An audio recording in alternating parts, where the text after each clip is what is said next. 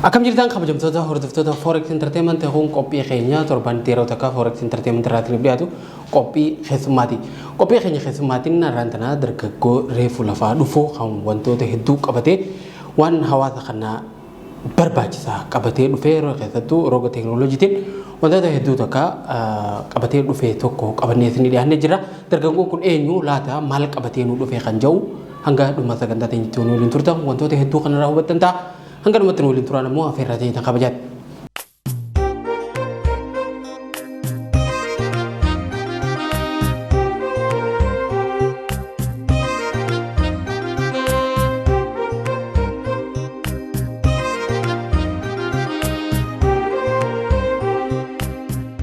Tole, yaamicha keenya kabajee yeroo ta'e qaalii aarsaa gootee asin argamu keetiif hedduu tokko galatoom. Isinis naaf hirtanii asirra naaf hirkasaniif hedduu galatamaa isinii jira. Mee jalqaba ka'umsa fakka nu toluuf maqaa keetirraa kaanu? Ani maqaan kiyya Abduu Faadiin jedhama. Kaaniin daladhees godina Arga Lixaa magaalaa Galamsootti naannoo Masanii. Juma daladhee takkaa gafu lamaa achumatti baraddee xumuree Jimma Yuunivarsiitii jooyin godhee jira Galamachuu barsiisaa ture. Sanboota gara odaa bultuun dhufee amma immoo nama akka dhuunfaadhaan parsanaalii dhuunfaadhaan dhaabbata mataa ofii dhaabee socho'u jiru jechuudha gama teekinooloojiitiin. Tole hedduu gaariidha. Dhiyoon tana sooshaal miidiyaa irratti wantoota tokko tokko poostii godhutti jirtu agarree turre keessattuu waan kitaaba diikshinarii kanaan dura namoonni hedduu biran gahanii garuu hedduu tokko dinqisiifatamaa turee fi kitaaban bahee ture tokko qabatee dhufte wantoota biraa ammoo jireenya keetii wal qabatuun baakgiraawundii keetii fi akkamitti akka garaan dhufte itti deebina. Mee jalqaba irratti kitaabni ati dhiyoon tanaa gara aappii moobaayilatiin jijjiiree fidee jecha beeksisaa jirtu kun maali waan jedhu irraa kaanu waa'ee kitaaba kanaa nutti himu. Itti galatoomi waa'ee kitaaba kanaa gaa kitaabni kun kitaaba seenaa kitaaba iyyuu keenya Piroofeesar Maadii Amiid Muudattiin hojjetame diikshinarii afaan Oromoo waan hunda of keessaa qabu jechoota afaan Oromoo kalaqoota hunda guddinoota hunda kutaa Oromoo waaltawaaf keessaa qabudha. Kanaaf diikshinaariin kun ammoo waa'ee diikshinarii kanaa isa duratti waa'ee Piroofeesar Maadii Muudee akka tokko yaala. Piroofeesar Maadii Muudee egaa nama Oromoodhaaf akka malee namoota waa hedduudhaan uummata Oromootiif hedduu laffaa turedha. Jireenya isaa caalaa jireenya uummata Oromootiif hedduu laffaa turedha. Kanaaf diikshinarii kana itti yaadee yeroo baay'ee inni godhee akka malee itti irratti xiyyeeffatuudhaan yeroo isaa gaa inni amma hojiin isaa ispeesifikaalii Piroofeesara Fiiziksiiti.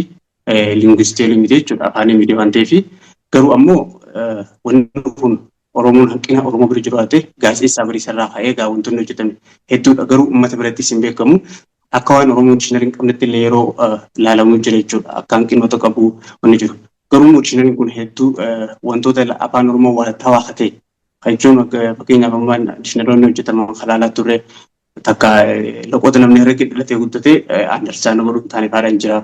Kaan ammoo yoo keenya kun ammoo jira kaan Andersaan godha jechuun Ander loqoota waaltawaa ta'e tokkoon hin jiru jechuun ammoo naannoo ifirratti akkuma fi hubatetti haa ture jechuudha. Haa isaa ammoo wanni itti godhu jechoonni isaa akka malee waaltaa fi afaan Oromoo isa itti golaasan godhatee kutaalee Oromiyaa hundaaf akka ta'utti hojjetamedha. Sana dabalee istaandardiin isaa hin akka Oxforditi jechuudha. Nootist translationii qofa miti kan raawwattu. Keessa isaa yoo laaltee akka malee Firiisaal barbii maaliidhaan akkaataa itti dubbituu qabdu akkaataa itti jechoota keessa galee hiikkaatti kan nu qabu maal fajjoo kana keessatti olmus akka nama Ingiliffaa barsiisu jechuudha. Namoonni diikshinarii kanarraa eeggachaa turan Ingiliffa irratti rakkoon hin uumamu jechuudha. Kanaaf barnoota wajjin qabateen ijoolleen keenya akkuma ilaallee barattoonni keenya yookaan ammoo inni dhufaa jiruun irra guddaan isaanii sababa dandeettii dhabanii osoo hin ta'in sababa laanguweejidhaatiin rakkoon akka ragaa jiru gamuutu gattafaa jiru waan ta'eef diikshinaariin kun ammoo rakkoo kana ni furaa jee wanni yaadnee fi mee atilistii uummata kana biraa ga'u dandeettii nuti wanni barannee uummanni kun osoo hin baratiin nu barsiisa waan ta'eef akkuma gaa Piroofeesar Maadii Amiid osoo silaa inni fiiziksii wanni jiru afaan Oromoo irratti diikshinarii kana akka kireet godhee uummata kanaaf akka hojjetee dhiyeessee jira. Dandeettii waan haggoota jechuudha.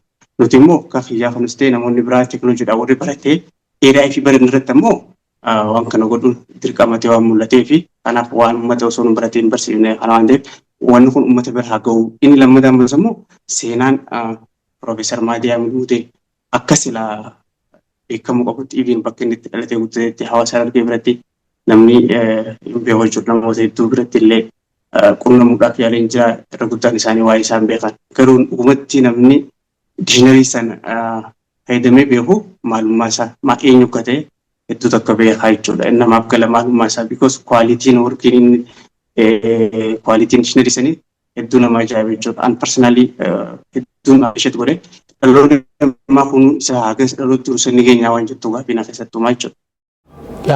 Hedduu bareedaadha. Profeesar Hamid Mudeegaa yookaan Abbaa Maadii namni hedduun ni beekani. Akkaataan ammoo itti isa hubatanii fi kitaabni isaa namoota hedduu bira gahuu dhabuu danda'a fakkaata. Kitaaba kana gaafa duraanii namoota biyya alarraa fa'aa fira qaban fa'aatu nama erga faayidaa qabeessummaa isaa diikshinarii sanaa ergifaa namaan ja'a. Gaafa nuti kutaalee gadi barannu kitaaba isaa kana hedduu dhagaa turre garuu argannee itti fayyadamuudhaaf carraan jiru hedduu xiqqaa ture. Kana ammoo ati akka nama hunda bira gahuuf bifa appilikeeshinaatiin kitaaba kana nama hunda biraan gahuudhaaf tattaaffii natti godhaa jirtu kan argaa turree fi akkasuma hedduu tokko dinqisiifatamuu qabuudha. Gara kiyyaan dhugumatti hojii bareedaa waan namni hundi bira gahuu qabu jennee yaadnu kana nama bira salphatti akka gahuun kitaabni mata matatti akka nama bira gahuuf kitaabichi biyya keessatti hanga hunda waan maxxanfamee argamu natti fakkaatu. Isa kana ammoo bifa diikshinarii kana bifa appilikeeshinaatiin nama biraan gahuun hedduu waan gaariidha. Mee waan kana godhuudhaaf ati maalirraa kaatee kitaabicha kana jalqabarraa itti fayyadamaa turteeti moo dikshinaricha akkamitti waan kana hawaasa biraan gahuudhaaf yookaan appilikeeshina kanaan dhalootaaf akka raabsamu godhuudhaaf maaltu si kakaase? Ani akka carraatti jalqaba gaafa silaa keessattuu nuti gaa Ingiliffaa eegallu Ingiliffaa barnoon Ingiliffaa baroo akka deebi'u yeroo kutaa sagal geenyu haga san duratti namoonni karaa keenyatti magaalota guddaadhaan miti waan ta'eef irra magaalaa guddaa immoo kutaa torbarraa eegalanii nuti immoo kutaa sagalirraa eegallaa waan ta'eef yeroo sana kan dikshinariin barreessu akka carraatee akkuma dhiyaatu jalqaba ibsu yaaltetti dikshinariin kun namoota bira biyya alaa qabaniin malee namoonni kaan carraa argachuu hin jiru. Isaa jalqabatee jireenya akka carraatee hin arganneeni itti fayyadamallee hin beeku. Akka carraatee akkuma yuunivarsiitii dhaqee ga'anii yuunivarsiitii osoo hin jiru achumatti carraa argadheetiin achumattiin yuunivarsiitii hafe yeroo sanitti hiriyaa qaba ture hiriyaa kiyya tokko meedishinarii kanamaa garaappiin hundi deebisnee naanchee yaada naa dhiyeesse ani zaatuma achi keeriin goone akka carraatee ammas immoo achumaan dishinariin kun bifa PDF'tiin namni halluu koppisanis kan godhee wanni godhaa ture deemaanii ture naa erga jechuudha dishinarii kana bifa PDF'tiin yeroo bifa PDF'tiin na laalu dishinarii kana yeroo takka osuma lallaalu anis hiriyaa kana waan ta'eef baqamee seenaa isaa achirraa qorachuu haga tokko waa'ee isaa kana dubbisuu eegale jechuudha. Anumaan personally wantoota isa akka waliigalatti haa beeku malee hagamta akka nama akkam akka ta'e wanni teelii isaa beeku hin qabu jechuudha. Eegas booda immoo amma yeroo dishinarii kana laalu hedduu na jechuun jaalachaatii dhufe jechoota tokko eeggachuudhaaf fakkeenyaaf wantoota nuti keessattuu loqoota keenyaaf loqoota afraafii kanaaf jiru qabatee hundaa fi waataa jiru qabatee akka afaanuu akka inni itti ibsu ilaalee hedduu takka na hawwataa dhufe jechuudha. Samboota waa'ee Profeesaraatiis xiqqoo fudhatuuf eegalee kanarraa ka'eetiin yeroo boqonnaa kiyyaa mee dishinarii kana maaliif hojjennee jee because ogummaa kiyya waan ta'eef setaappii xiqqoo takka jalqaba eegalee Chumanga dishinarii kana fuunee jalqaba gaafa eegallu ani immoo soofteer diiveloppara soofteer injiinarii jechuudha. Soofteera kanarratti wanti godha waan ta'eef ogummaa kiyya waan ta'eef kun ammoo yeroos anaafillee jechuun teeknikaalis anas moor wanti waan godhuu fi lammata ammas immoo koomunitii uummata kanaafis waan guddaa qabu innis dafa immoo Profeesaruma kanaa leegaasiisaa bakka inni itti dhaabeerra dhalootaan namuu waan guddaa waan ta'eef je'eetiin eegalee jechuudha. Eegalee xaaficha xumure booda jechoota dhufee jechoota barreessuun hedduu nama nuffisaa because jechoonni hardikoodiidha. Hardikooppiin jira waan ta'eef jechoota kana guutuu wanti takka takkaan barreessu gaafata. Maaliif amma gana soofti kooppiitti eeguu qaba. Soofti kooppiirraan gara aappii keessa galchee akkasitti haala salphaatiin asas akka ta'udha. Wanni godhaa waan tureef kanaaf ammoo kana godhaaf hiriyoota kiyyaa namoota nama qubee takka takkatti fudhannee nama qubee takka takka barreessuunis akka isaan itti barreessan seetaappii aandarsaan akka isaan itti barreessuu qaban formaatiitti barreessuu qaban kannee fi nama barreessee irra deemnee haga namoota bira hiriyootuma kiyya tiimii uumne irra deebinee ammas immoo rakkoo yoo ispiiliin gireediin jiraate jennee bifa adda addaatiin yeroo 3-4 deebinee sanboota immoo gara akka yeroo barreeffama namni dogongoruu danda'a waan ta'eef karaa sanitti wanti kun jechuudha.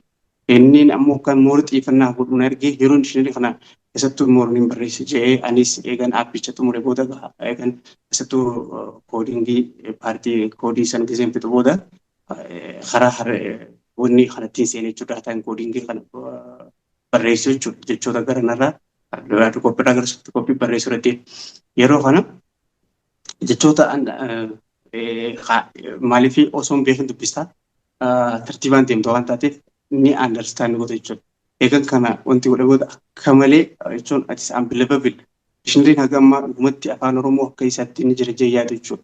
Amma fakkeenyaaf dikshinarii isaa jechoota 30 qabaa jedhameeti kan inni ibsee yoo ilaalte viidiyoo tokko kaniin aanleen gadhiisee garuu ammoo jecha 80 jecha tartiibaan ispiilingiidhaan taa'e malee jechoonni inni jecha gisee define godhu ibsee warri abbaabsanii jechuudha. Jechuun wantoonni irraan gadi Oxford jechuu ni dandeenya jechuudha. Sirkaa wanti.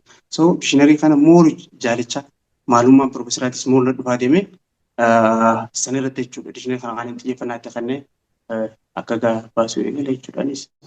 Iddoo tokko bareedara mee appilikeeshinii kana yookaan aappii ammaan tana tolchitee moobayilaan gootee laawunchii godhu jirtu kana keessatti dikshinarii qofa moo waa'ee seenaa Piroofeesar Hamid Mudee waliin dubbatu ni jira.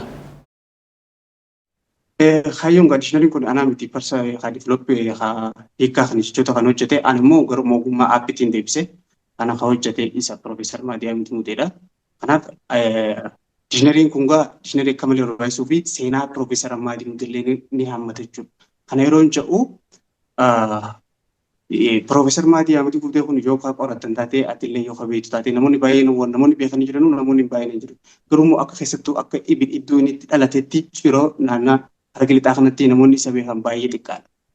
Hedduu lakkaaman namoota baay'ee eeganii fi baree booda eeganii fi waa'ee isaa kun hedduu natti tolurraa kaasee booda namoota baay'ee dubbisuu yaalan jira. Namoonni baay'een hin beekan eenyu akka ta'e hin beekan hedduu wanni godhe jechuudha. Dikshinarii kun ammoo dikshinarii kana qofa osoo hin ta'in isallee akka beekamu maaliif namni tokko waan dalageen haga dalageen beekamu qaba.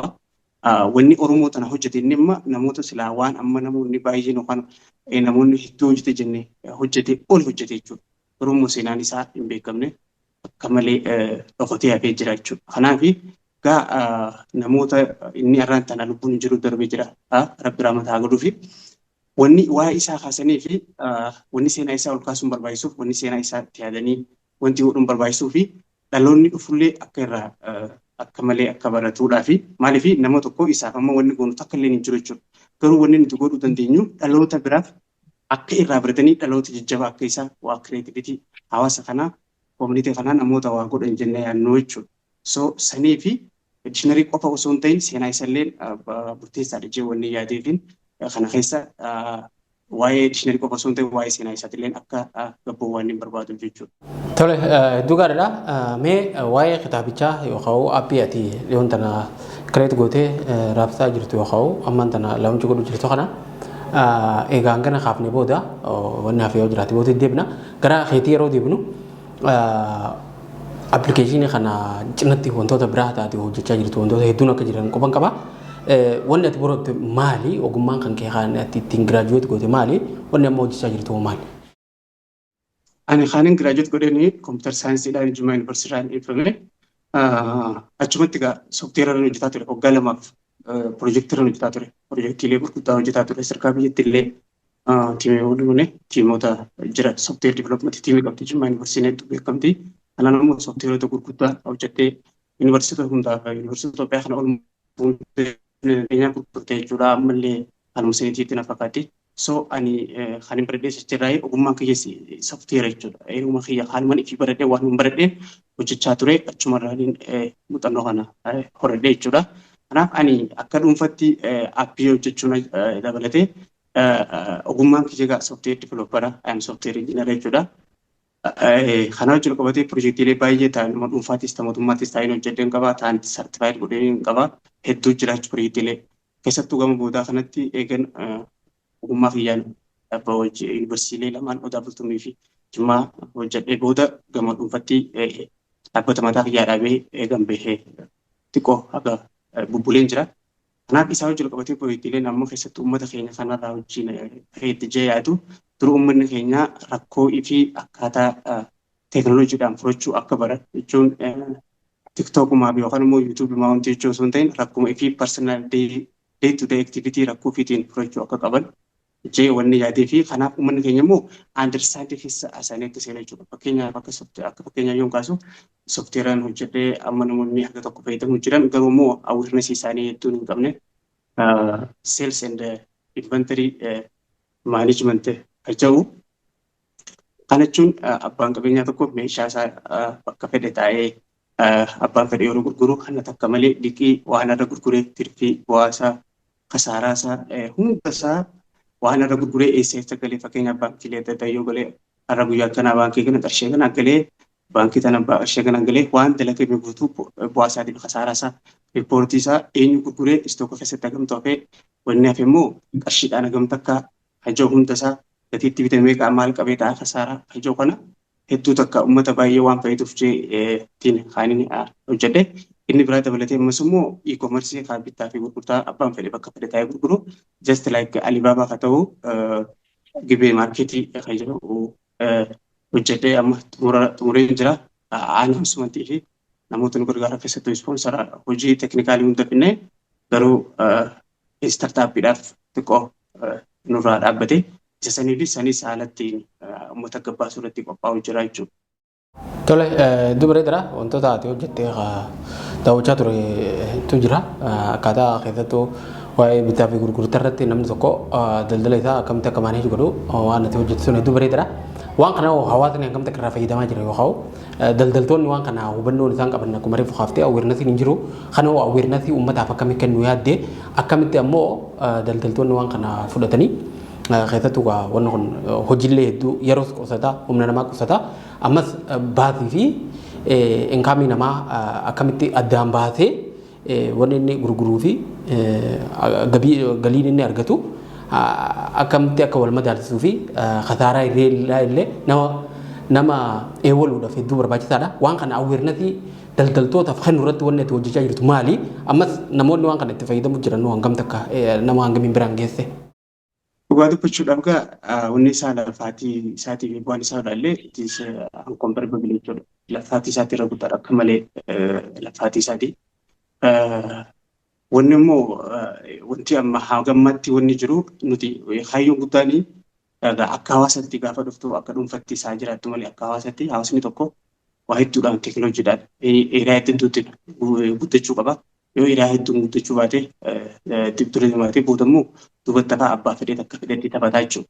Kanaaf hawaasni keenya addunyaan irra dijitaalii ta'ee akka malee deemaa jirtu kuni har'a ani yoo qarshuma qofa jee yookaan immoo qarshiin haga barbaadu naan baasne jee kaaniin uummata kanaa hawwanni guddaate uummanni kiyyaas booda teekinooloojiidhaan rakkoo fi furachuu fi teekinooloojii kireetivitii irratti duubatti hafaa deemaa waan ta'eef atileest akka fedhellee yoo ta'e ani yoon waan hin laphee argachuu baadillee isaan immoo akka duubatti namni akka fayyadaman yaada jirurraa malee noormaalii uummanni keenya irrattuu gara teekinooloojii awarenessiidhaan hedduu gammadu jira waan ta'eef kun immoo hedduu takka nuuf xiqqoo wanni nu rakkisu jira malee wanni biraa nuti initiatiiviin ta'e yookaan hayyummaan parpasiileen jalqaba goone mee faayidaan teenyas ta'e dhuunfaa keenyas eegas sanboota gama boodatti dhufuu ni danda'a. Ammaaf immoo mee sarvaayivallee numa goone haaluma isaan danda'anii soofteera nuti amma fakkeenyaaf seels eend inventorii jettu kana I am sure miliyoona bakka biratti yookaan immoo haguuduun gurguramu jechuudha.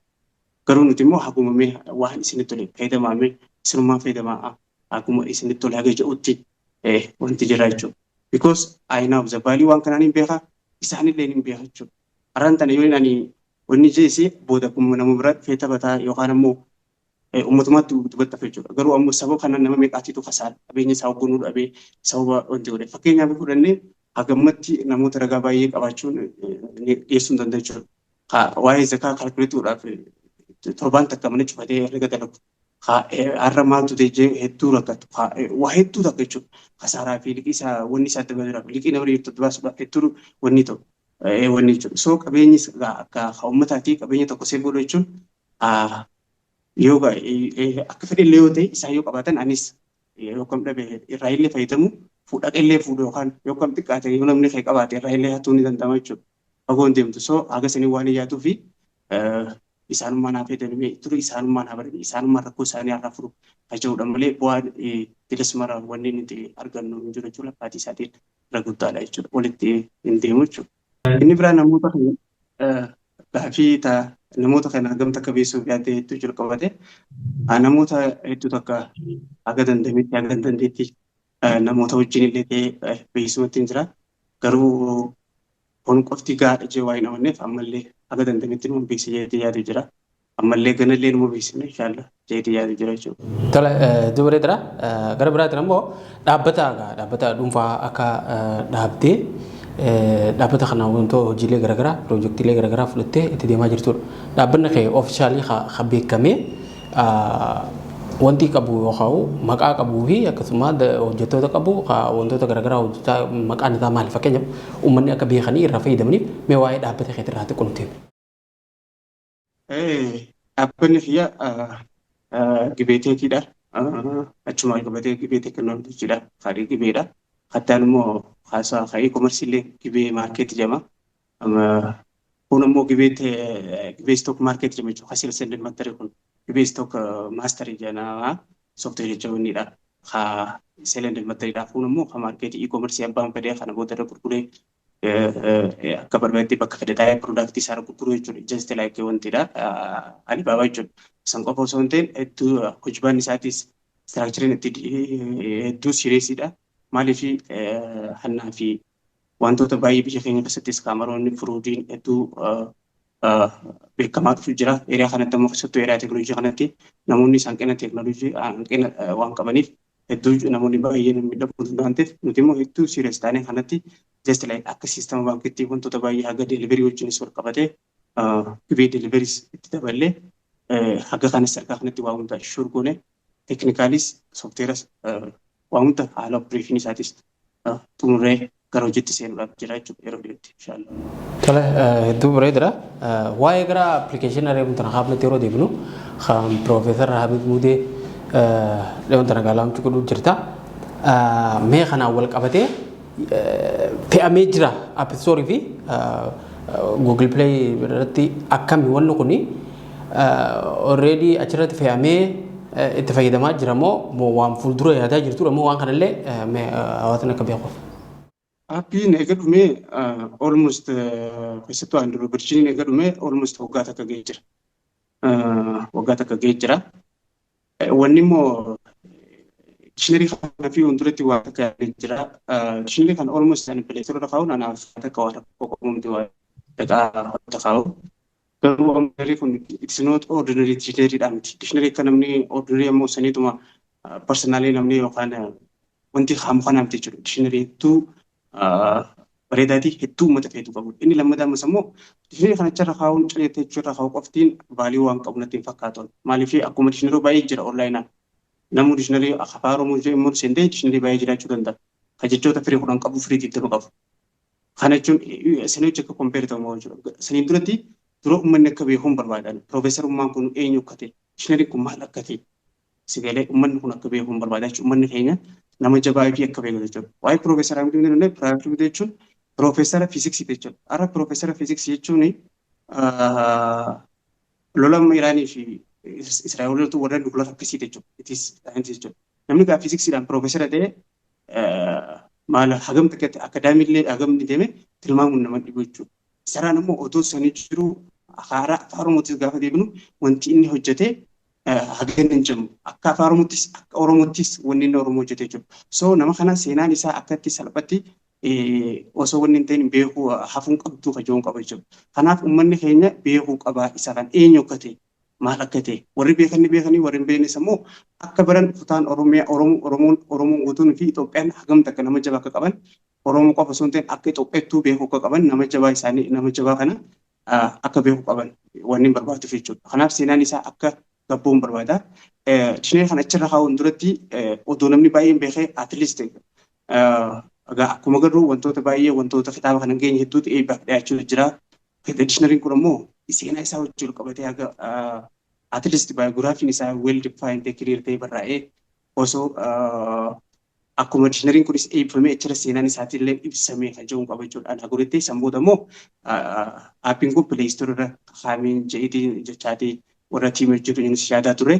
Garuu haalli sana eeriyaa tokko ofaratu waan ta'eef ispoonsara hanqina ispoonsaraa waan takkaatiin gama duubatti harkifatee so kana ol taa'uun qabu jeetinaan ammaan tana eega taa'ee seenaan isallee beekamuu baate atleast akka pileestoora keenya hagan gaafa wanneen ani personally gama fayyaan danda'u hagan godhee isa beessutti barattoonni keenya immoo hedduun rakkina kanaa waan hin qabataman keessatti ergeef rakkina kana waan qabaniif itti fayyadamanii atleast namoota fayyadamuu barbaadan namoota barbaadan hagasitti taa'ee wanni baalii godhu hin jiru achumaanuu fiidbaakii biyyaa taanuu fannaan jee telegram channel tokko maqaa isaa tikreet godhee channel sanarra kaa'ee jechuudha. Tole waan kana hojjechuudhaaf mee ati fakkeenyaaf ispoonsara fa'aa kaaftee jirta namoota waan kana wajjin akka lamchi ta'u itti gargaaranii of course ispoonsara si barbaachisa namoota waan kana irratti cinaa dhaabbatan barbaachisa waan kana irratti fakkeenyaaf yuunivarsiitii Odaa Bultumfaadha wajjin bulchiinsa godinaatiif wajjin bulchiinsa magaalaa Cirootii fi namoota abbootii qabeenyaa naannoo san jiranii fi namoota Piroofeesar Haamid Muudeetiin deegaatii isaa itti fufsiisuu danda'an kanneen garaagaraa biraan geessee jirta waan kana irratti akkasii gargaaran akkasii waliin laawunchi godhan deegaatii isaa kan itti fufsiisuufis tahee dikshinariin already hojjetanii Piroofeesar magaalarra oolchan kana akka hawaasa hedduu bira gahuuf ati tattaaffii ati godhu jirtu kana irratti namoota garaagaraa akka gaafatanii qabda yookaan namoonni ati walii wajjin hojjechuudhaaf fedhii qabdu yoo ka jiraatan taate gammadumaan gaafadhu kana duroo eenyufaa gaafattee wanti itti milkaa'anii jira. Egaa hagan argeetti haga tokko namoota dubbisuuf illee wanni yaalinam jira. Garuu ammoo wanti nama qubsu eelara beekanii akkuma jaansanii haalota tokko wanni godhee anis isaatumachi dhiibbaa yommuu hin barbaanne amma immoo karuma kanaan namoonni dikshiinarii kana seenaa Piroofeesar Haamid Muudee beekanii fi Piroofeesar Haamid Muudee akka gabboo barbaadan qophii kanarratti wanni kun nutis namni tokko namni bu'aallee irraa argatudha yookaan immoo wantiidhaaf wanni yaadis wanni takka waan hin jireef uummataaf beekumsa keenyaan koominitiidha sarbii godhuudha waan ta'eef akka nama koominitii tokko hojjetee beekumsa qabuun akka nama uummata osoo hin biratiin isa barsiisee hojjetu jechuudha. Namoonni immoo wanni kun seenaan isallee barraa'ee uummata bira akka ga'u nama tokko akka ammallee nu gargaaruu danda'an nu qunnamanii kan gargaaruu danda'an asumaan hin dhaamaaf jechuudha. Kanaaf namoota baay'ee haga tokkotti keessaa intarnaalillee nama yaayaalee akkuma jalqaba irratti illee kaase garuu ammoo oofishaalee akkasitti wanni naan siiriyees ta'ee karaa akkama yuunivarsiitaa kanas wanni akkasitti gaafadhees waan qabu haala tokko ilaalee tuma akkuma isin jessanii kanaaf yuunivarsiitiin teenya haramaa illee Odaa Bultuun Tiradaawalee asumaanuu akka nu bira dhaabbata waan kana akka gabban yoo gaanu jechuudha. Inni dabalataa dhimma wanniiti dhimma koopiraayitii takka dhimma kana kaasuun barbaada. Maaliif dhimmi kun hedduun parsantiidha. Oowunarshippii kan qabu qabeenyi tokkodhaan mi'aanni dabra akka qabaati. Kanaaf jalqabatee haadha obboleettii isaatiillee inni dubbisu jiru dubbisee waan tokko qabaatee karaa seeraatiin abbootii seeraa wajjin konsaltii godhee waan hunda kiliir godhee leegalitii wajjinis akka rakkina hin jirre waan hunda koopiraayitii wajjinis akka hin goone lammataa ammas immoo advaanteejii wanni yommuu ta'u irraa isa argannu waan hin jirreef innis ammoo Piroofeesarichi mataa isaatiin akkuma himetti abbaan fedhee waan kana sirra dhabee gara abbitti wanni jiru akka danda'u ibsee jira jechuudha. Kanaaf yoo waa'ee kanarratti illee wantoota dhaga'uu barbaadu jiraate viidiyoo isaa jalqabatee waa'ee kanarra dubbate wanni irra kaayatiin jira jechuudha. Chaanalata akkuma irra kaayisan irratti argachuun ni danda'ama jechuudha. Mee yeroo dheerallee fudhannee mari'annee jira gara dhumaa deemuun dura keenyatti ammatti aappicha Play Store yookaan Google Play Store irra kaa'uudhaaf wanni itti dhoorke yookaan wanni gufuu natti ta'e jettee yaaddu maaltu jira? Wanni appilikeeshinii isa Play Store irra kaa'u jeen dhoorke akkasitti hin jiru. Wanni na dhoorke hin jiru. Garuu wanni nan barbaade appilikeeshinii Store irraa kan barbaadne dura wanti ga'uu barbaade koomentiinis akka fiidbaakiin sinaa kenname maaliif yaadni nama hedduu importantiidha. Hawaasa keenya biraa fiidbaakonni hedduu dhufee namni sammuu laalee isa dhumarraa sanirraa fuudhee Play Store irra kaa'uudha ni danda'a jechuudha. Suni wanni hin dhabu hin jiru. Namoonni turuu baakgiraawundi namaa kanaa argachuudhaaf duruu achirra keessee yoo gaafileen garaagaraa jiraatee yoo achirratti baakgiraawundii namaa laaltee fooyyessuun hin danda'amu achumarratti abdeet godhuun hin danda'amu achumarratti diviloopi. Akkasittis ni danda'ama. Akkasittis ni danda'ama. Meebii akkanatti dhiibbaa irra danda'ee wanni yaadeef malee akkasitti illee ni danda'ama. Wanni takka wanni dhowwuu hin jiru jechuudha. Maaliif akkasitti irra bareedaadha ta'aa dhufa waan ta'eef wanni rakkoo ta'uu hin jiru jechuudha akkasitti illee. Tole dubare draga yaada bal'aa kaafnee piroojeektii keetii fi akkasuma kitaabicha yookaan dikshinarii piroofeesara guddaa yookaan dikshinarii beekamaa fi dikshinarii hedduu takka dhaloota dhufuu fi namoota barumsa irratti jiranii fi akkasuma namoota afaan Ingiliziitti wantoota hiikuu barbaadan garaagaraa fayyadu qabattee dhufuu keetii wal qabatee waan bal'aa nuu kaaftee jirta. Mee wanni hin kaatin hafe jettu akka jiraatu taate daqiiqaa tokkicha nu hafe kana keessatti itti dabaliitee sagantaa keenyaa golobna. Hedduu galatoomaa carraa uummata wajjin akka wal quunnamnu godhuu keessaniif hedduu galatoomaa jaarraa Forex Entertainment. Dabalee immoo uummata keenyaaf wanti hin dhaamu qaba. Uummanni keenya gara teekinooloojii kanaan hedduu dubbataafnee jira. Keessattuu rakkoo fi gama teekinooloojiitiin furachuu irratti hedduu takka wanti hanqinoota baay'ee jira waan ta'eef teekinooloojiidhaan addunyaan irra garuutuni warri akka Iraanii fi Israa'el fakkeenya fudhachuu ni danda'ama. Hagamta akka deemte hagamta teekinooloojiin akka deeme. Bifa kanaan uummanni keenya rakkoo fi teekinooloojiidhaan furachuu akka qabaniin jaa. Hagama kanarraatiin immoo dhaabbata keenya dhaabbata teekii irratti hojjetu qabatee akkanumatti dhaabbatan namoonni immoo soofteerota akka seelis and inventory management qabeenya isaa hedduu bakka ta'e taa'ee istoora adda addaa akka qabus faarmaasii warra alaa galchuu importara hoolseelara hunda isaanii namoonni soofteera kan argachuu barbaadan akka nu quunnamuu danda'an haala isaan barbaadanitti gatii isaan barbaadanitti fedhii isaaniitiin barbaadan jechuudha. Yeroo ta'e qaalii aarsaa gootee deemtee marii kana fakkaatu bal'aa kanaan waliin godhuu keetiif ammallee irra deebinee galatoomsin jecha. Hedduu galatoomaa carraa uummata wajjin akka wal quunnamnu godhuu keessaniif hedduu galatoomaa jaarraa Forex Entertainment. Egaa kabajamtoota hordoftoota Forex Entertainment qophiin keenya keessummaa arraan tanaa dargaggoo Abduu waliin godhaa turre kanaan gaammaa ta'uu turtan kana fakkaata. Qophii keenya torbaan dhufuutiin hanga walitti deebinutti nagaan nu tura.